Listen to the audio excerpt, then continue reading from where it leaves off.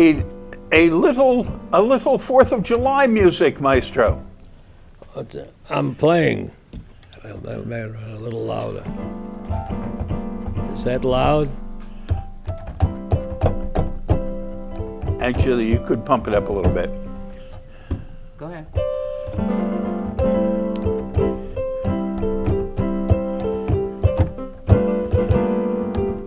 Emblem of the land I love, the home of the free and the brave. And old flag, it's a high flying flag, and forever in peace may it wave. You know, it's a very funny thing about that song, and incidentally, we want to wish everyone a happy 4th of July. This is the July 1st edition of the Fun Show here at Big TV. When I learned that song, and I believe when it was written, the final line of the song is, "It's a grand old rag." Oh. R-A-G. Yeah. Grand old rag. And don't don't like you that think that the anymore. fascist government of the United States would want to throw you in jail if they heard you sing it that way these days? They say, "You're disrespecting the flag, you're disrespecting the country." Duce does the best he can. And he tries. He tries hard. Only in this case, it isn't El Duce, it's El Douche. Well, In any case, I do want to say here we frequently do sort of a necrology section on this show, and one of the really good guys in Brookline passed away this week. Virginia LaPlante, known to all of her friends as Ginny LaPlante. yep. Active in many things, active in the schools, active in the Democratic Town Committee,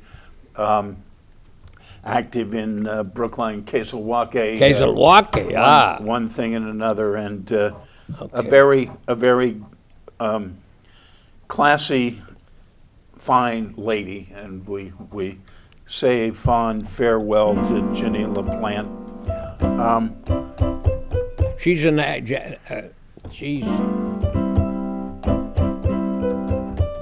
She's a Yankee Doodle dandy. that's it. She's a Yankee Doodle dandy. She is. Well, an interesting thing happened this week that I don't think is getting enough coverage, and that is there was a bill in the Senate which I think is called the Keene-Udall bill, which would have banned the President of the United States from starting an unprovoked war in Iran. right. And Mitch McConnell, in his usual tactic of A great American. fascist government, Yeah. Yeah. was finally forced, even by Republicans, to allow it to go to a vote. And so he imposed the rule that in order to pass, it would have to have 60 votes to pass, needed a supermajority. But here was a bill that said Trump is not allowed to start a war in Iran, and it got 51 votes in the Republican-controlled Senate. So that's actually a small step in the right direction, showing that as yet the fascists do not have complete and utter control of our government. But it is interesting, the Supreme Court gets confusing these days because last week the Supreme Court, on the very same day, ruled that Trump couldn't impose his citizenship question In the on census. when there's no question why they put it in there. They put it in there to discourage Democratic-leaning people from being registered. It would But cut down the number of people. but yeah, The count. so that their people would be overrepresented and our people would be underrepresented. And so that's good. They said no, that's obvious. What did they say? They said it was, what was the word they used? I forget. That their justification, well, it translates to, was disingenuous, but I forget what they said, but contrived. Okay. Yes, something on that. Yes, they did use But on that. the very same day, they legalized gerrymandering. Right. You know, they said, no, winner take all, you can make your districts look like anything they have. And of course, anytime gerrymandering comes up, it comes back to Massachusetts, right? 5-4. Eldridge Geary, A great American. Vice President of the United States from Massachusetts, He thought of it. the man after whom gerrymandering is named. Okay. So it properly should be pronounced gerrymandering, right? Yeah. And does anyone remember where the Mandarin comes from? Tell us so. Oh, wise one. Want to take a shot at that? No. No. Because the district that Eldridge Geary drew, when you just put the outline of the district, it looked remarkably like a salamander. That's it. You know, That's had where a it came head from. and a few arms going out Yeah. and a big long Okay. tail that circled around, just to collect all the people of the same party in Okay. Okay. a district. Yeah. So Okay, so but then there was another Supreme Court ruling here that had to do with this. No, they haven't done it yet. The state government, the are you gerrymandering. trying to say that the people who are fighting gerrymandering are now taking their fight to the state legislatures? Yeah, because the Supreme because Court only ruled Yeah. that the federal courts could Yeah. not interfere in the redistricting of Yeah. states. that's Now, the so- point. There's some virtue in that, although it will not affect any congressional election. Now it is totally legal to steal any congressional or Senate seat. But if they get a lot of people you elected, can't actually gerrymander a Senate seat to the whole state. Okay. So that was a dumb thing to say. Okay. But given the fact that it is in most instances, there is some reform going on, but in most instances, it's the state legislature that does the redistricting maps. So it is important to try to fight at the state level. Of course, clearly, there are so many things wrong with the government of the United States now that, I mean, frankly, I would be more prone to believe anything Kim Jong-un said as far as it's being truthful than anything that Donald J. Trump said as far as it's being truthful. The thing is, he's a terrible person and he's a mass murderer and he's done terrible things. to Trump his people. likes him. But Surprise, surprise. but the funny thing is that compared to Trump, he's the most honest person in the world, Yeah. you know? they love each other. Well, one lunatic met the other this Huh? weekend. They send nice letters to each other, and he what's his Right. name? And he you know- invited him to the White House. And you know who Trump took with him? His baby daughter. Yeah, Well, not his baby daughter. His Yeah, 'cause Tiffany's the baby. Actually, his eldest daughter. his eldest daughter. And Ivanka Trump, who's now becoming his. I think he admitted that he really was tempted to. What was it? It was either ambassador to the UN or it was Secretary of State. He was tempted to appoint her to. Whatever it was, it's he ridiculous. was thinking of it. He And said. and wonderfully, Alexandria Ocasio-Cortez, who is probably the brightest breath of fresh air in the United States in the current time. She said, she put out, unfortunately, a tweet, I guess, social media, the place where all our discussions go on these days. She said, it'll come as a surprise to her supporters, but being someone's daughter is not a qualification for a job. Surprise, surprise, surprise. That was good. Okay. I read this nice story about the Philippines. They were recycling plastic waste, and, Yes. and tons of it were coming to them, and instead they decided they would send it all back to Canada, where it came from. Send it back? Yes, they sent back. Well, this is one of the problems. China has cut back Yes. a great deal But- on On the what they're accepting. recycling they're taking, Yeah. which is backing up the recycle thing so that recycle is now costing towns Big a lot of money. money. It used to make them money. Yeah, they now used it costs to. them money. But here's one of the problems. Okay. Those people who put non-recyclable stuff, like plastic bags and half-eaten and pickles. pizza boxes Yeah. and obvious trash in their recycle thing, costs the town a lot of money. Right.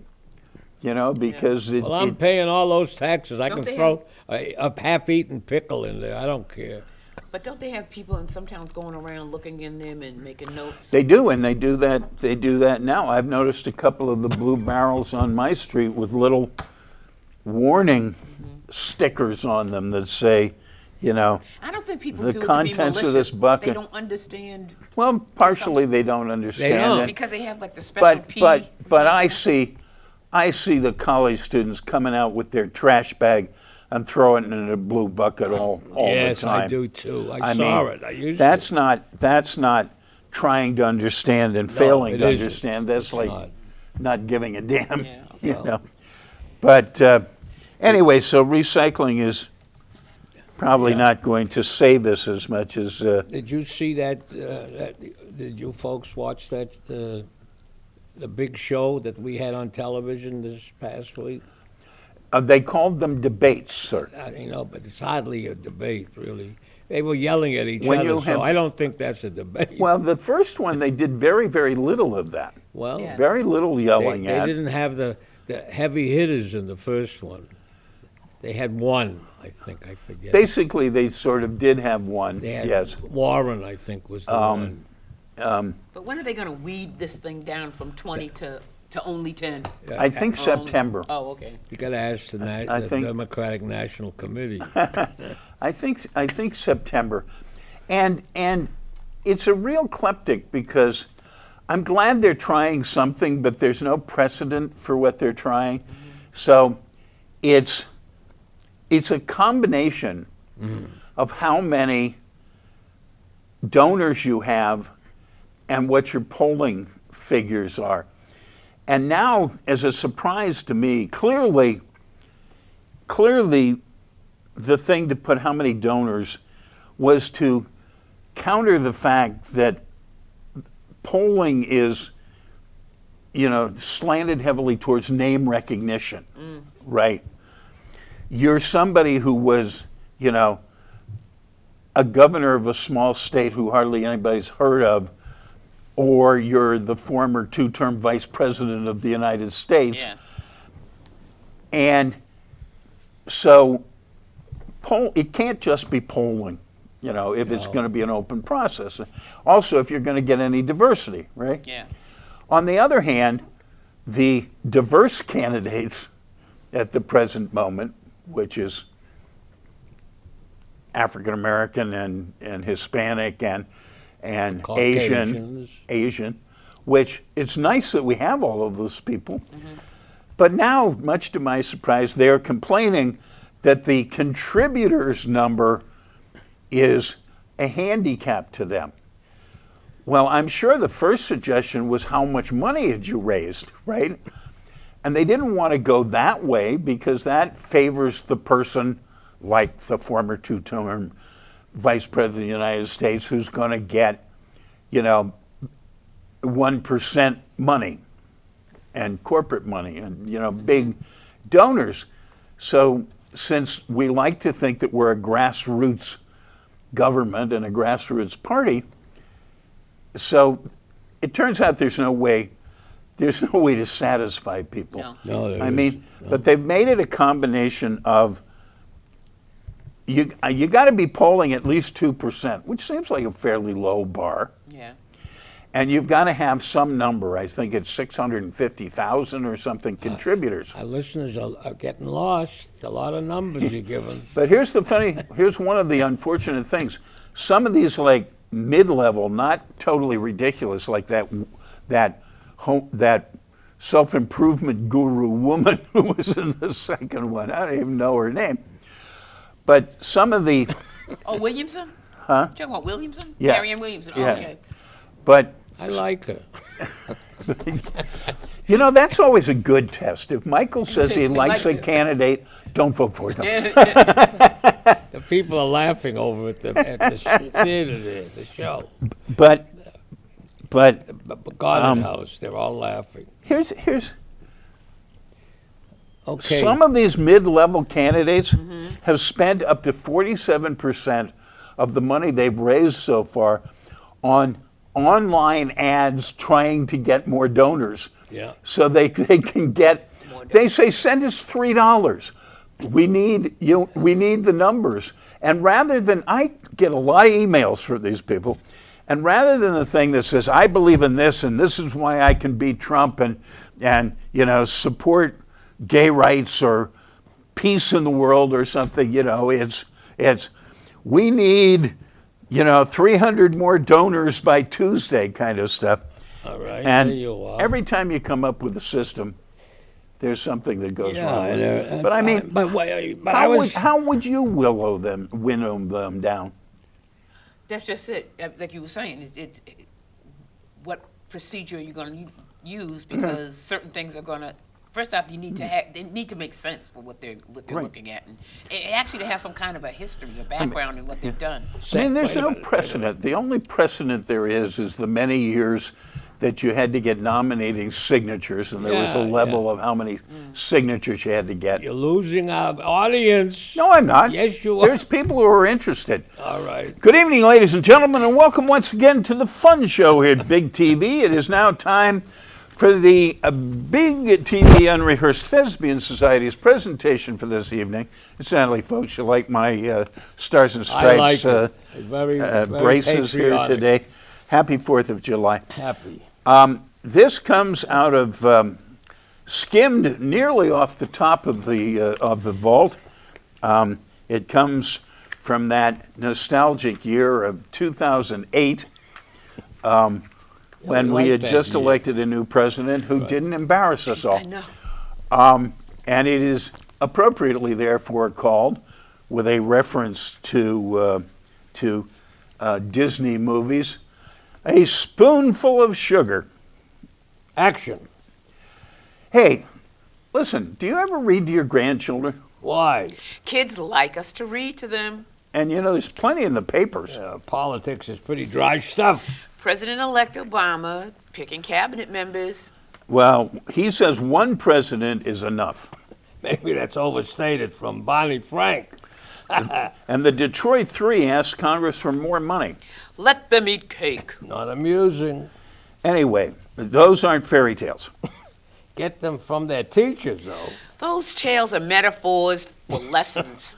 Oh, you mean like Riding Hood visiting her stockbroker? He's not the wolf. Oh, Wild animals don't wear vests. and Granny's off on a tropical cruise. So it's become a thriller. Plenty of suspense. Yeah. And what's in Red Riding Hood's basket? A turkey salad sandwich or a gun. Pretty violent stuff. They love it.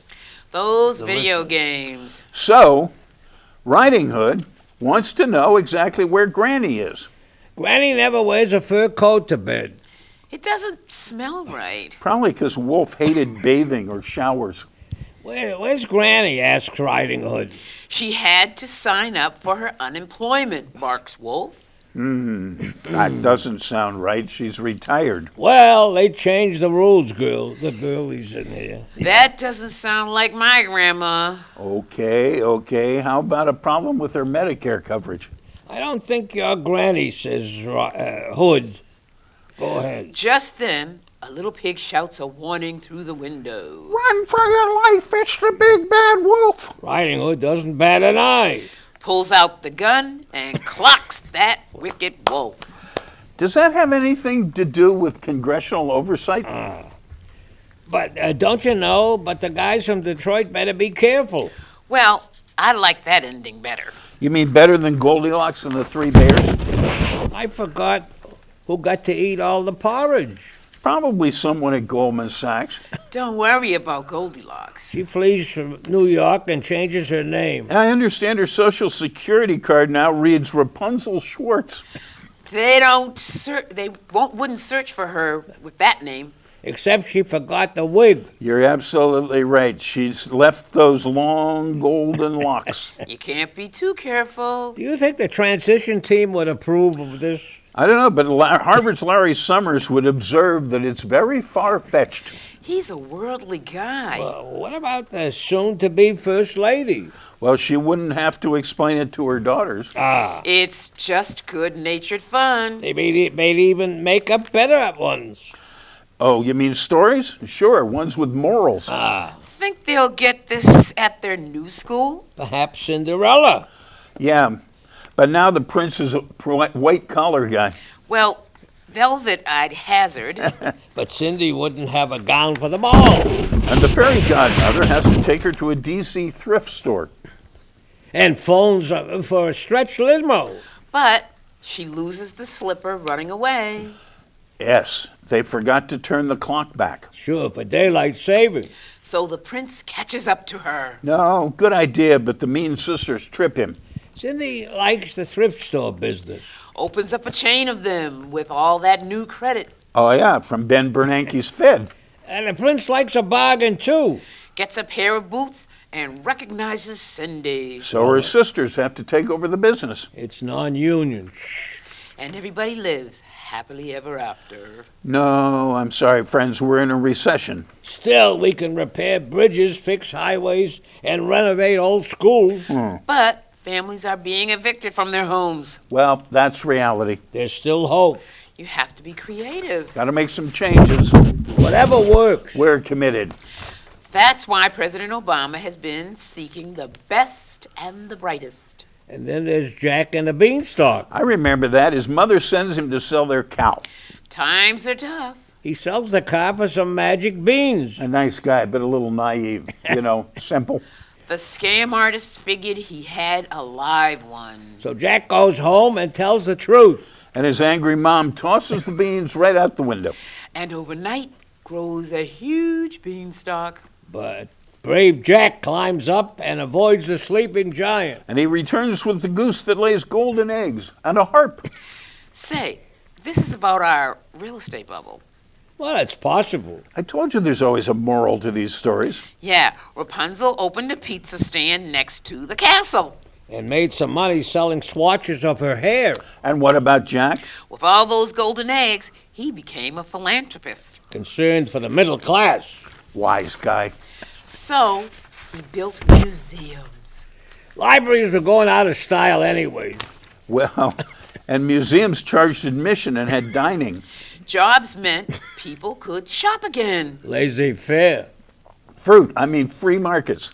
Our economy expanded. As did my waistline. So, you're telling me we have to work our way out of this mess? It's gonna take time. Like getting our guys back from Iraq and Afghanistan. No good deed goes unpunished. Didn't Howie say that? You'd have to ask Whitey. Oh, he's working on our national security system. This is no time for jokes. As long as our president doesn't make them. Oh, I thought you knew Cheney wrote all those lines. Blackout. It's funny, you date yourself when the first philanthropist you think of is Carnegie. Okay, there you are. Carnegie and his libraries, right? Yeah, okay. Then there's we got Well, all the these, Sox and the Yanks played in London. Yeah, I know. Was it cricket they were playing there?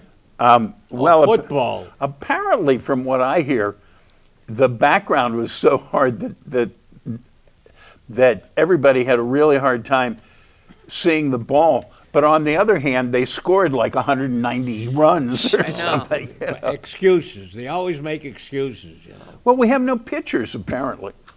Well, we do, but And they don't do much didn't when we they're win pitching. the I don't pennant know what they're last doing. year? Yeah. Well, they're not gonna this year. No, That's okay. I don't think so. Somebody And- else's turn. Somebody else's turn. And essentially the entire Celtics team is packed up and left. And they're giving $142 million to one guy. I mean, he could have his own country and feed everybody. Well, the guy they lost got the same contract. Yeah.